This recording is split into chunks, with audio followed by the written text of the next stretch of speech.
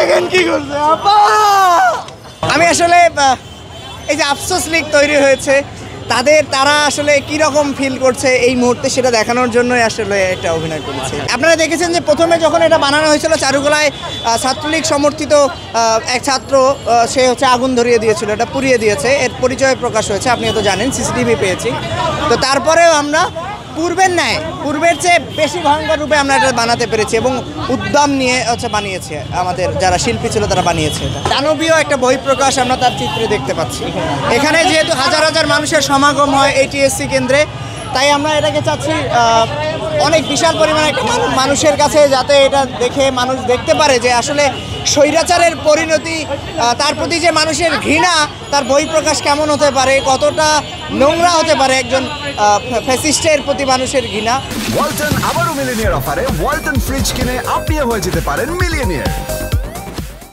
আমাদের আনন্দ সভা শেষ, এখন হচ্ছে গণমানুষের জন্য এটাকে উন্মোচন করা হচ্ছে। আমরা একটু টিএসসি পায়ের চত্বরে রাখতেছি, সাধারণ লোকজন এখানে আসবেন, তার যে মনে ক্ষোভ সে অনুযায়ী হয়তো সে দেখবেন, জুতো মারতে পারে, থুতু মারতে পারে, তার মনে যে খুব ফ্যাসিস্টের যে বিরুদ্ধে যে প্রতিবাদ, সে প্রতিবাদ মানুষ দেখবে এবং একই সাথে তার প্রতিবাদ জারি রাখবে। এই উদ্দেশ্যে আমি এখানে রাখা।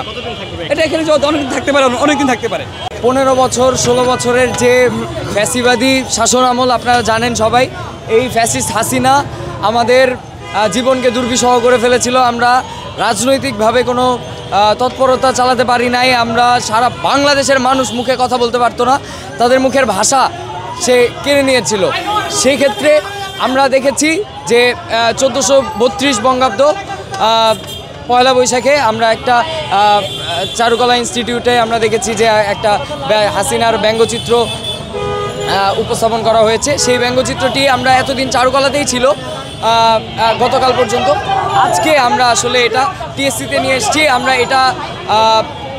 আমরা চেষ্টা করব এটার যথাযথ রক্ষণাবেক্ষণ করার জন্য এবং পরবর্তী প্রজন্ম যাতে জানতে পারে যে এই ফ্যাসিস্ট হাসিনা আমাদের উপর কতটা অত্যাচার করেছে।